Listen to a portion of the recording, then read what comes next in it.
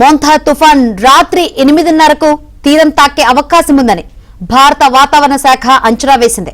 మచిలీపట్నం, కాకినాడ పరిసర ప్రాంతాల్లో తీరం దాటనుందని అంటున్నారు. ప్రస్తుత తుఫాన్ వేగం ఆధారంగా ఈ అంచనాకు వచ్చారు.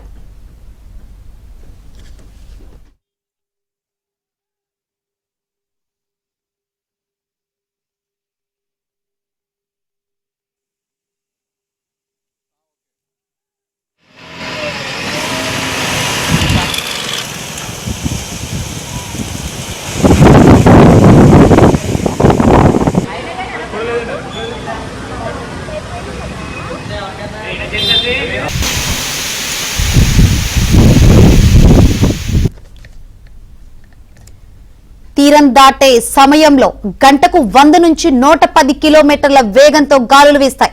తీరం దాటే సమయంలో, తీరం దాటిన తర్వాత కాకినాడ, అమలాపురంతో పాటు కోస్తా తీరంలో అతి భారీ వర్షాలు పడతాయి.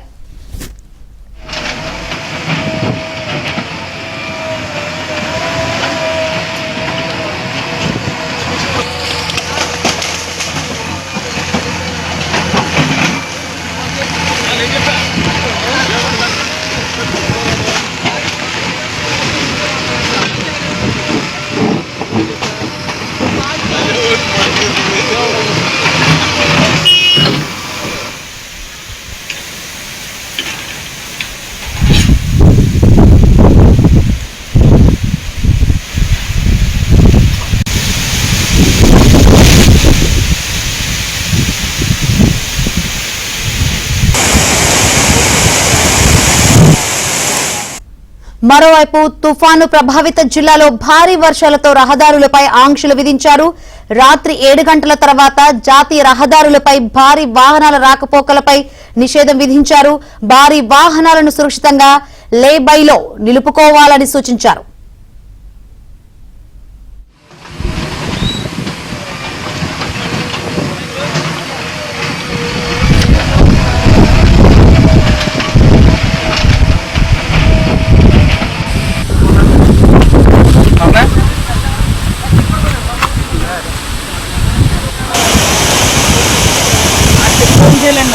అది కూడా పడిపోలా ఉంది.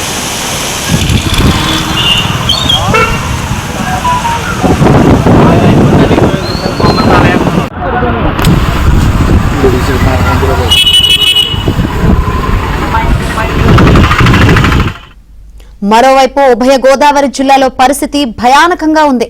తీర ప్రాంతంలో చెవులు చిల్లులు పడేలా ఈదురుగాలులు వీస్తున్నాయి. 2 చోట్ల చెట్లు పడి 2 మహిళలు మృతి చెందారు. ఉప్పాడలో పరిస్థితి భీతావహంగా ఉంది. 2 చోట్ల రోడ్డుకు గండిపడింది. సముద్రపు నీరు ఊరిలోకి చొచ్చుకునే ప్రమాదం ఉందని స్థానికులు భయపడుతున్నారు.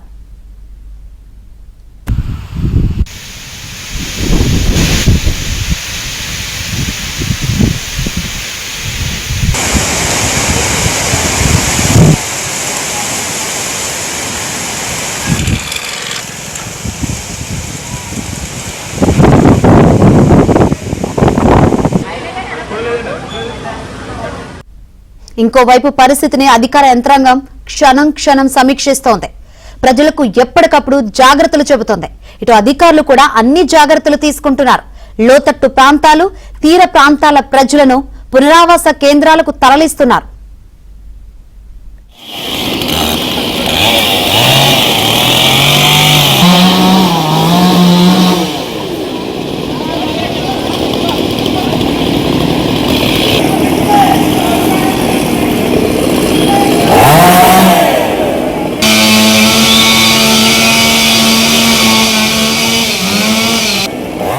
ముఖ్యమంత్రి చంద్రబాబు మొత్తం తుఫాను సహాయక చర్యలను పర్యవేక్షిస్తున్నారు.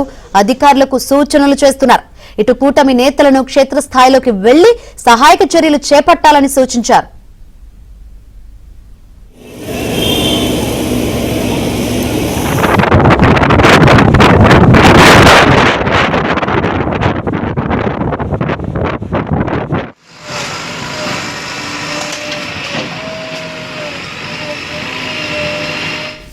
ఇప్పటికే విమానాలు, రైళ్లు, బస్సు సర్వీసులను రద్దు చేశారు. మత్స్యకారులను కూడా వేటకు వెళ్లొద్దని హెచ్చరించారు. ఓడరేవుల్లో ప్రమాద హెచ్చరికలు జారీ చేశారు.